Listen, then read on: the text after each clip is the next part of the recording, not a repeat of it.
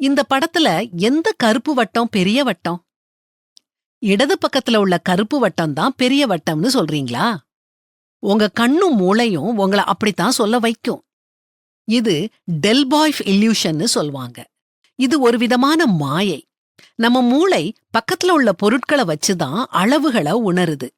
பெரிய வட்டத்துக்குள்ள இருக்கிற கருப்பு வட்டம் சின்னதாவும், சின்ன வட்டத்துக்குள்ள இருக்கிற கருப்பு வட்டம் பெருசாவும் நம்ம கண்ணுக்கு தெரியுது.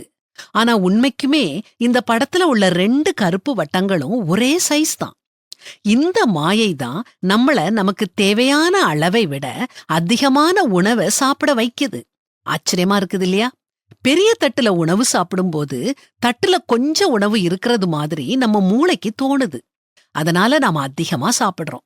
அதே மாதிரி நாம சின்ன தட்டுல உணவை சாப்பிடும்போது தட்டுல அதிக உணவு இருக்கிறது மாதிரி உணர்றோம். அதனால குறைவா சாப்பிடுறோம். ஹோட்டல்ல பாத்தீங்கன்னா பஃபேல நம்ம குறைவா சாப்பிடணுங்கிறதுக்காக சின்ன தட்டுக்களை வச்சிருப்பாங்க. நம்ம ஆர்டர் பண்ணி சாப்பிடும்போது நாம நிறைய சாப்பிடணுங்கிறதுக்காக பெரிய தட்டுக்களை வைப்பாங்க.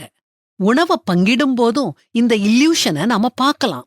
ஒரு சாண்ட்விச்சை 8ஆ வெட்டி பங்கு வைக்கும்போது 2 துண்டு சாப்பிட்டாலே நம்ம வயிறு நிரம்பிடும். ஆனா அதே சாண்ட்விச்ச 2 துண்டா வெட்டுனா அந்த 2 துண்டையும் யாருக்கும் கொடுக்காம நாமே சாப்பிட்டுருவோம். இத மனசுல பதிச்சுக்கிட்டு நம்ம உணவு பழக்கத்தை நாம மேம்படுத்தலாம். வீட்லயோ அல்லது எங்க போனாலும் சின்ன தட்டுக்கள்ல சாப்பிடுவோம். அளவா சாப்பிட்டு வளமா வாழுவோம். தேனை கண்டுபிடித்தாயானால் மட்டாய் சாப்பிடு. மிதமிஞ்சி சாப்பிட்டால் வாந்தி பண்ணுவாய்னும்.